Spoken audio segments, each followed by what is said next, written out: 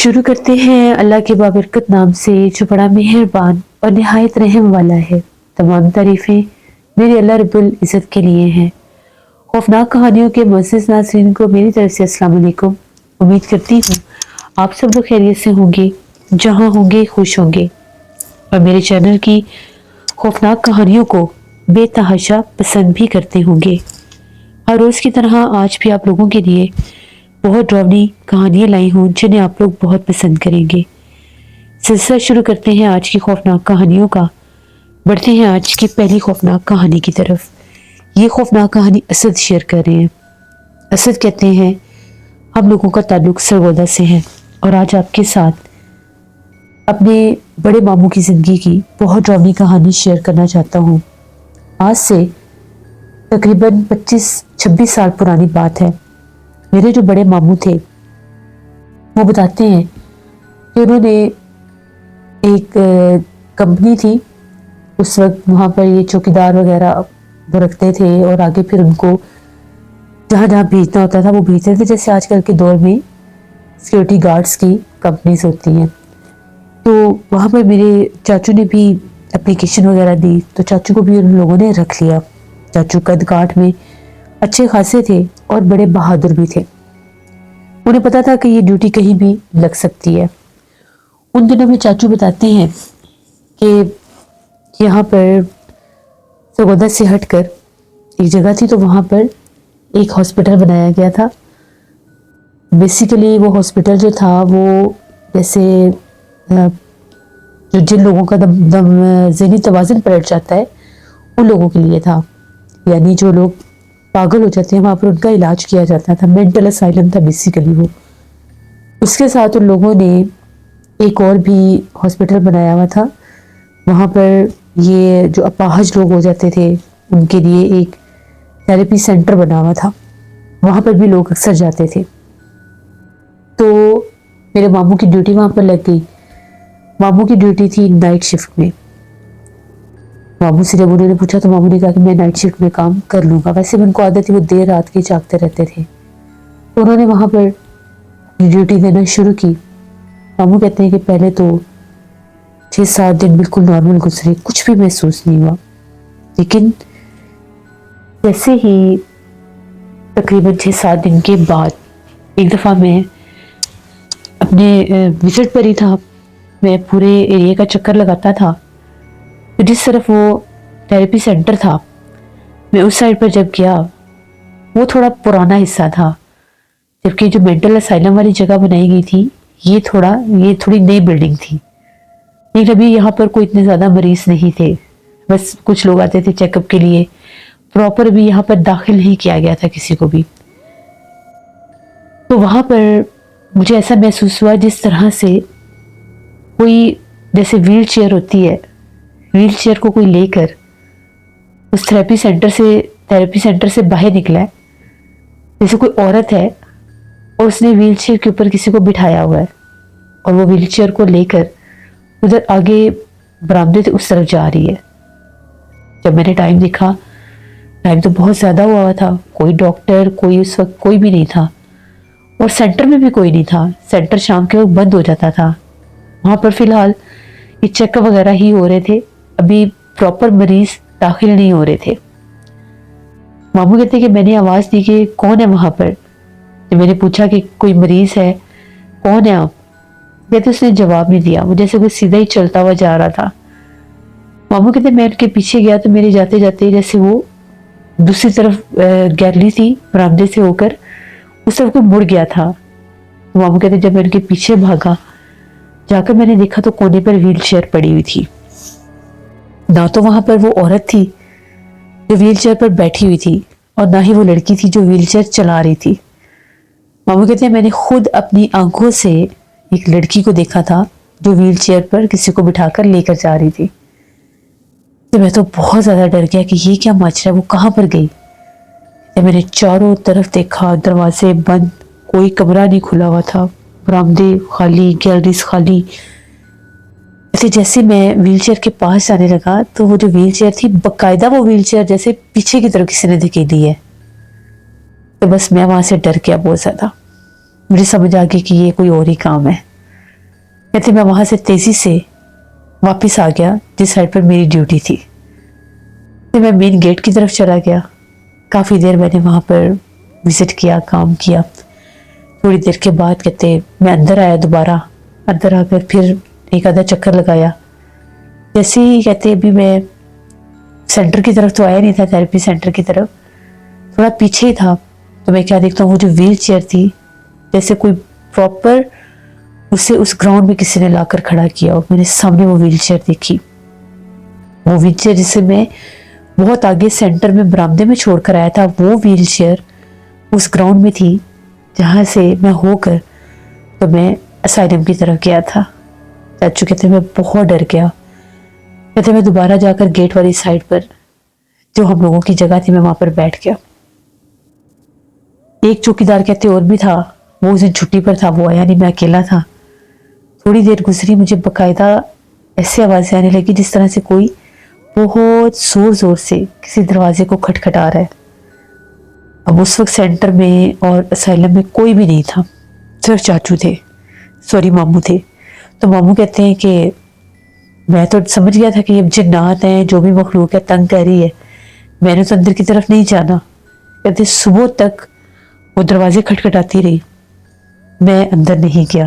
अपनी ड्यूटी सुबह ख़त्म करके जब मॉर्निंग शिफ्ट वाला वॉचमैन आया तो कहते मैं घर आ गया, आकर सो गए।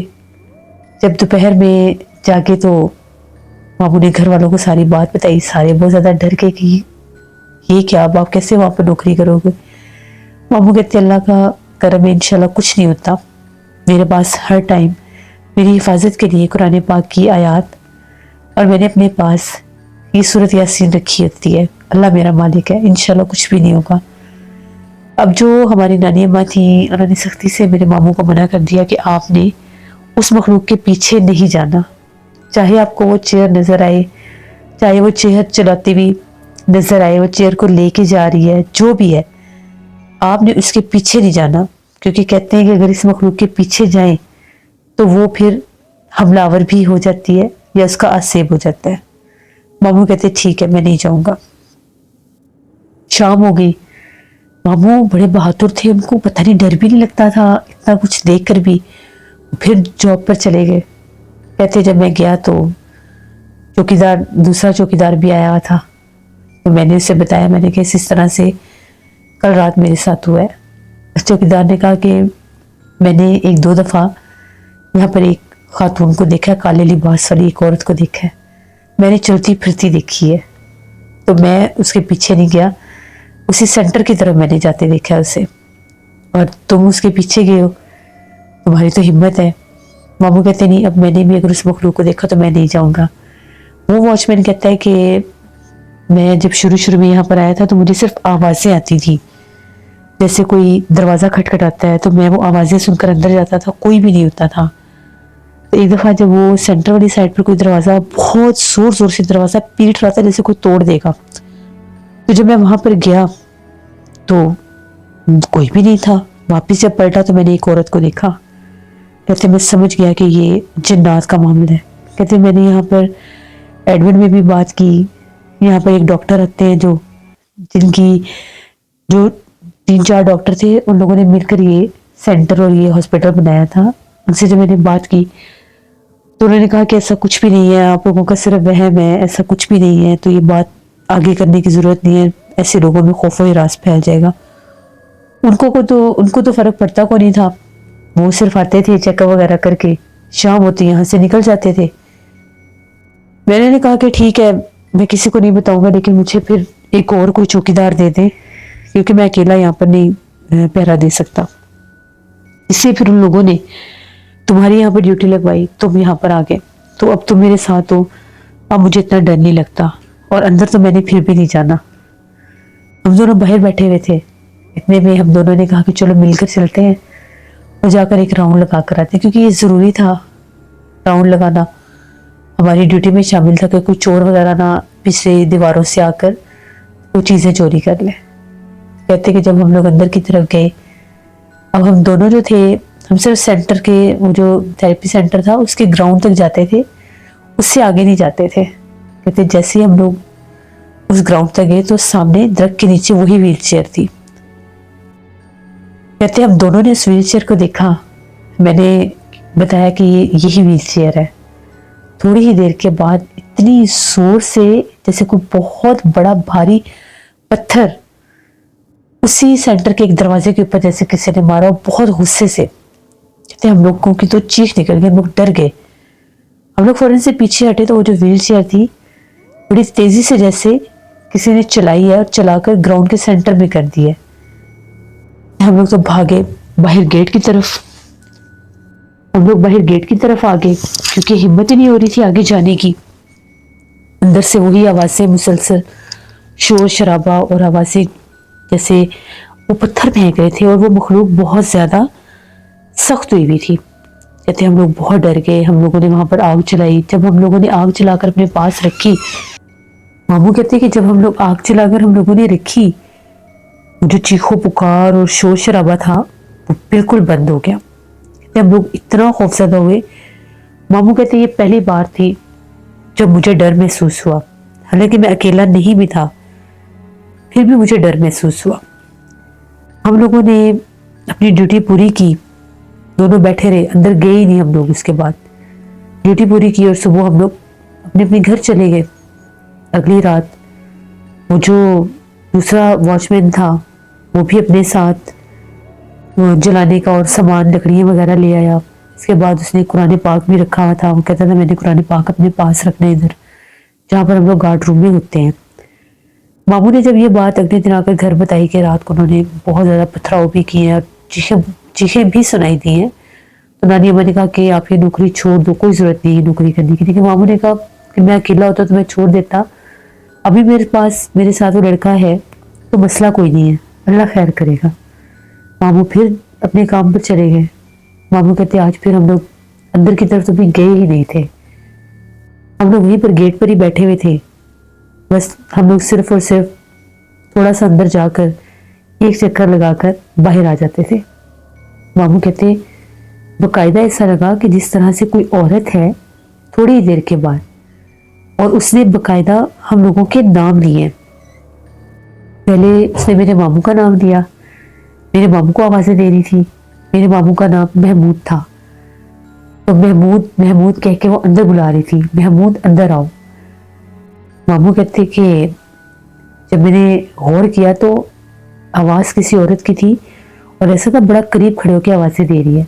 मामू कहते हम लोगों ने आयतुल कुर्सी पढ़ी, फौरन से हम लोगों ने आग वगैरह जलाई तो वो आवाज़ें आना बंद हो गई। फिर जैसे ऐसे लग रहा था कि जिस तरह से कोई व्हील चेयर चलाकर जैसे गेट वाली साइड पर बाकायदा व्हील चेयर की आवाज़ आ रही है। हम लोगों ने डरते डरते गेट से जब झांक कर देखा तो व्हील चेयर आज बिल्कुल गेट वाली साइड पर आई हुई थी। व्हील चेयर के ऊपर कोई भी नहीं था। अब वो मखलूक हम लोगों के तक में, हम लोगों के पीछे तक यहाँ पर भी आ गई। थोड़ी ही देर गुजरी तो जो दूसरा चौकीदार था उसका नाम रमजान था, उसको बकायदा किसी ने आवाज़ें देना शुरू कर दी। उसको एक बच्चा, जैसे कोई छोटा बच्चा होता है, वो आवाज़ें दे रहा था और साथ कह के और हंसी की आवाज़ें। हम लोगों ने तो आग जलाई थी, हमारे पास कुरान पाक था, हमारे करीब तो वो नहीं आए, लेकिन आज वो मखलूकात गेट तक आई। बकायदा ऐसा लगा जैसे बहुत जोर जोर से कोई दरवाजे फिर से खटखटा रहा है। मामू कहते हैं हम लोगों ने डिसाइड किया कि नहीं, अभी इससे पहले हमलावर हो, हमें ये जॉब नहीं करनी चाहिए। अगले दिन जब सुबह हम लोगों की ड्यूटी शिफ्ट खत्म हुई तो हम लोग इंतज़ार में थे। जब एडमिन वाले आए, उनसे बात की, उनको सारा किस्सा बताया, वो व्हील चेयर भी दिखाई। वो आकर पूछते थे कि ये व्हील चेयर बाहर क्यों है। वो लोग डे टाइम, हमें वॉचमैन बताता है कि बाकायदा हम लोग खुद जाकर इस व्हील चेयर को अंदर रख के आते हैं, क्योंकि इसको तभी बाहर निकाला जाता है जब कोई ऐसा पेशेंट आए जो चल फिर ना सकता हो, जो हैंडीकैप हो या जिसको कोई प्रॉब्लम हो, उसको इस पर बिठा कर लेकर जाते हैं। ये व्हील चेयर हर रोज बाहर होती है, शाम होते साथ ये व्हील चेयर बाहर आ जाती है। हमने बताया कि व्हील चेयर वही मखलूकात, जिन्नात जो है वो इसके साथ खेलते हैं या जो भी मसला है।